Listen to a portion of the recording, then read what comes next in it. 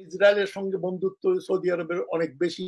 আমি বহু আগে বলেছিলাম যে সৌদি বংশ এবং এই যে ইসরায়েলের যারা ইহুদি যারা ক্ষমতায় এসছে, দে আর ক্লোজ ফ্রেন্ডস। 100 বছরের বন্ধুত্ব তাদের, বহু পুরানো বন্ধু এরা। আমেরিকা, ব্রিটিশ, ফ্রান্সের দালাল সৌদি এবং ইসরায়েলি। কিন্তু ওই যে একটা কপট যুদ্ধ, যে তুমি ইহুদি, তোমাকে আমি সমর্থন করব না, আমার জেরুজালেম আমি মুক্ত করব। সৌদি আরব কিন্তু 1948 থেকে এই 2024 পর্যন্ত একটা গুলিও ছোড়ে নাই ইসরায়েলের বিরুদ্ধে। রাইসি তার একজন বড় একজন সমর্থক ছিলেন, হার্ড লাইনার, বহু লোককে ফাঁসি দিয়েছে। এরা কোনো লিবারাল ডেমোক্রেসি বা ইসলাম লিবারাল ধর্মের ধারে কাছেও না। সুন্নি হলে তো আপনার অবস্থা কাহিল। খামেনির বয়স এখন 85, উনি মারা গেলেন। এবং ইব্রাহিম রাইসির সাকসেসর বলছে যে মোহাম্মদ মোখবার যিনি ভাইস প্রেসিডেন্ট, উনি হবেন। তারপরে 50 দিনের মধ্যে নির্বাচন হবে। নির্বাচনে লোকজনের উৎসাহ বাংলাদেশের মতোই, কেউ ভোট দিতে যাচ্ছে না আজকাল। একজনকে ইলেক্ট করে দিয়ে প্রেসিডেন্ট বানিয়ে ফেলবে, এতে আর অবাক হবার কি আছে? আয়াতুল্লাহ খামেনি সবচেয়ে ক্ষমতাধর, প্রেসিডেন্টের এমন কোনো ক্ষমতা নাই। প্রথমে আমি জাহেদ খান সাহেব খুবই সুন্দর প্রশ্ন করেছেন, আমি ধন্যবাদ জানাই। ইরানের ভবিষ্যৎ কি হতে পারে? আপনারা যদি সৌদি আরবের দিকে তাকিয়ে দেখেন, এখন সেখানে কি হচ্ছে, আমি প্রথমে সোশ্যাল দিকটা আসছি, কালচারাল দিকটা আসছি। সৌদি আরবে দেখেন, এক মহিলা কিছুদিন আগে উনি মিস ওয়ার্ল্ড মিস ইউনিভার্স কম্পিটিশনে যাবেন নিজের থেকেই, একেবারে স্বল্প কাপড় চুপড় পরে, বিকিনি টিকিনি পরে সৌদি আরবে সে কলমা খচিত ফ্ল্যাগ জড়িয়ে ছবি দিল। মানে একজন উলঙ্গ, অর্ধ উলঙ্গ মহিলার গায়ে সৌদি আরবের কলমা খচিত লা ইলাহা ইল্লাল্লাহ মুহাম্মদ রাসূলুল্লাহ লেখা কলমা জড়িয়ে ছবি দিচ্ছে, ডিসপ্লে করছে।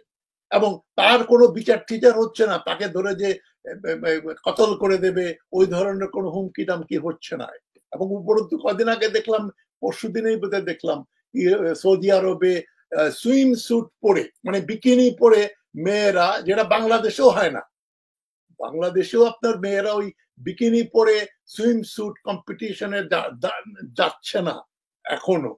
এটা সৌদি আরবে, যেখানে চুলের এক কোণা দেখানো সম্ভবপর ছিল না, সেখানে আমি নিজেও দেখে এসেছি জেদ্দাতে ওই খোলা চুল মহিলারা ঘুরে বেড়াচ্ছেন। আর সৌদি না, তবে বিদেশি, পাকিস্তানি, ইন্ডিয়ান, এরা ইন্ডিয়ান ওই এক ওদের এক পররাষ্ট্র সচিবই তো বোধহয় মহিলা, মদিনা মসজিদ থেকে ঘুরে আসলেন কদিন আগে। তো এখন ট্রেন্ড ওখানেও, সোসাইটি এই মোহাম্মদ বিন সালমানের আন্ডারে সৌদি আরবেও তারা in the name of liberalism তারা অনেক রিল্যাক্স করছে আমেরিকানদের খুশি করার জন্য। এবং দেশের ভেতরে যে হিপোক্রিটিক্যাল, সৌদিদের ভেতরের বদমাইশিরা তো উৎকট, যারা সৌদি আরবে থাকেন তারা জানেন, উৎকট বদমাইশি। ওদেরকে একটু সুযোগ সুবিধা দেওয়ার জন্য, যে তোমরা আমাদের রাজতন্ত্রের বিরুদ্ধে যেও না, টাকা পয়সা দিচ্ছি, খাও দাও, অ্যাশ করো, মৌজ করো, আর এইগুলো তোমাদের দিয়ে দিচ্ছি। গ্র্যাজুয়ালি ধীরে ধীরে এখন ইসরায়েলের সঙ্গে বন্ধুত্ব সৌদি আরবের অনেক বেশি। আমি বহু আগে বলেছিলাম যে সৌদি বংশ এবং এই যে ইসরায়েলের যারা ইহুদি যারা ক্ষমতায় এসছে, দে আর ক্লোজ ফ্রেন্ডস। 100 বছরের বন্ধুত্ব তাদের, বহু পুরানো বন্ধু এরা। আমেরিকা, ব্রিটিশ, ফ্রান্সের দালাল সৌদি এবং ইসরায়েলি। কিন্তু ওই যে একটা কপট যুদ্ধ, যে তুমি ইহুদি, তোমাকে আমি সমর্থন করব না, আমার জেরুজালেম আমি মুক্ত করব। সৌদি আরব কিন্তু 1948 থেকে এই 2024 পর্যন্ত একটা গুলিও ছোড়ে নাই ইসরায়েলের বিরুদ্ধে, তারা কোনো যুদ্ধ করেনি। Saudi Arab is hypocritical, degenerated, un-Islamic dictatorship in the name of Islam.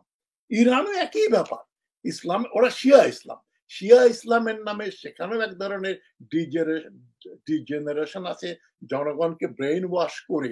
আমি ইরানিয়ান প্রফেসর বন্ধু বান্ধব যারা ছিল আছে, তাদের কাছ থেকে জেনেছি যে ওরা বাড়িতে মদ বানায়, রেড ওয়াইন, ইরানের যে সিরাজ টেকনোলজিটা, প্রেসার কুকার দিয়ে মদ বানিয়ে, বলছে মদের বিরাট অংশটা যায় আয়াতুল্লাহদের কাছে।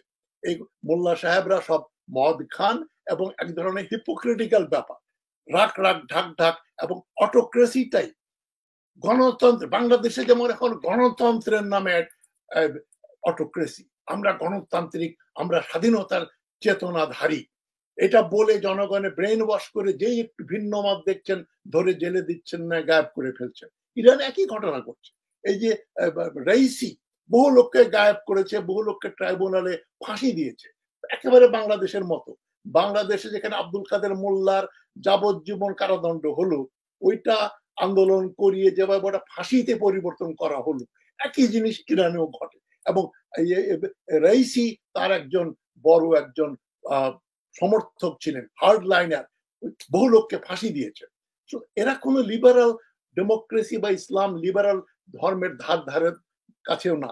সুন্নি হলে তো আপনার অবস্থা কাহিল।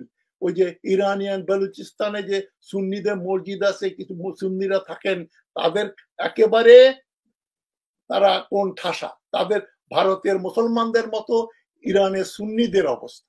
এবং আপনি জানেন হয়তো শিয়াদের মসজিদগুলোতে, ইরানে অবশ্য খোমেনি আসার পরে বন্ধ হয়েছিল, ওই যে মেম্বারে দাঁড়িয়ে ইমাম যখন খুতবা দেন, খুতবাতে ইমাম প্রথমেই হযরত আবু বকর, হযরত ওমর, হযরত ওসমানকে অকথ্য ভাষায় গালাগালি করেন যে এরা সব জাহান্নামী, এরা সব এই, এরা সব সেই।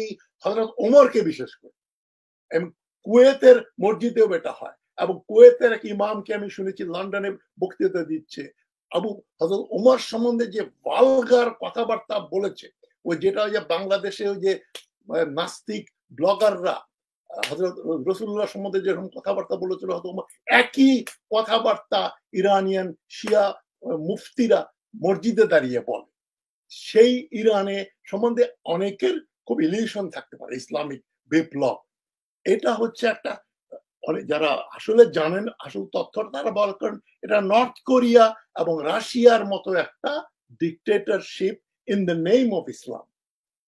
আপনার স্বাধীনতার নামে বাংলাদেশে যেরকম এই স্বৈরতন্ত্র চলছে, ইরানে ইসলামের নামে একই কাজ। ইরানের রেভলিউশন, ওদের তেল আছে, পয়সা আছে, করাপশনটা কম, উপরের দিকে নিচের দিকে করাপশন নাই, কঠোরভাবে সৌদি আরবের মতো নিয়ন্ত্রণ করে, এবং তেলের পয়সা আছে।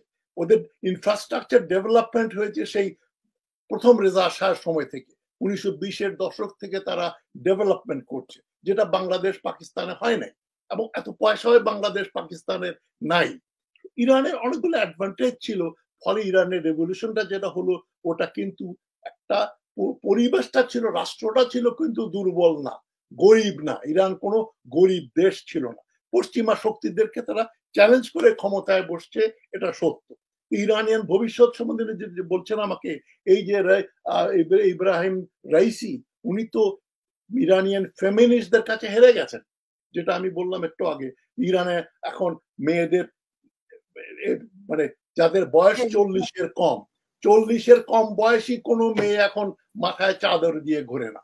তারা চুল কেটে, চুলে রং করে, খোলা চুলে বয়ফ্রেন্ডের সঙ্গে হাত ধরে ধরে তারা ঘুরে বেড়াচ্ছে তেহরানে, ইস্পাহানে। এটা আমি ভিডিওতে দেখলাম, যে টুরিস্টরা যে ভিডিও ক্যামেরা নিয়ে দেখায়, হাটে 1 ঘন্টা 1.5 ঘন্টার তেহরানের শপিং মল দেখাচ্ছে, রেস্টুরেন্ট দেখাচ্ছে, সর্বত্র ছেলে মেয়ে ছেলে মেয়ে। আগে তো ছিল যে ওই একসঙ্গে থাকলে ওরা ম্যারেজ সার্টিফিকেট চেয়ে, যে তোমার এই যে ঘুরছো মাহারাম না গায়ের মাহারাম, এটা প্রমাণ করতে হতো। এখন ওগুলোর বাছাই নেই। এবং ইরানের ভবিষ্যৎ, সৌদি আরবের ভবিষ্যতে যেরকম বলে হচ্ছে, মনে হচ্ছে ইরানও তাই হবে। তবে ডেমোক্রেসি আসবে, এরা কেউই ডেমোক্রেটিক না। আয়াতুল্লাহ খামেনির ছেলে মুজিতবা খামেনিকে এখন বানানো হবে আয়াতুল্লাহ, এটাই গুজব।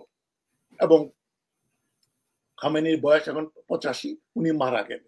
এবং ইব্রাহিম রাইসির সাকসেসর বলছে যে মোহাম্মদ মুখবার যিনি ভাইস প্রেসিডেন্ট, উনি হবেন। তারপরে 50 দিনের মধ্যে নির্বাচন হবে।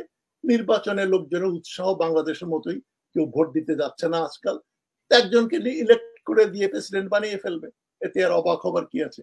আয়াতুল্লাহ খামেনি সবচেয়ে ক্ষমতাধর, প্রেসিডেন্টের এমন কোনো ক্ষমতা নাই। ধন্যবাদ।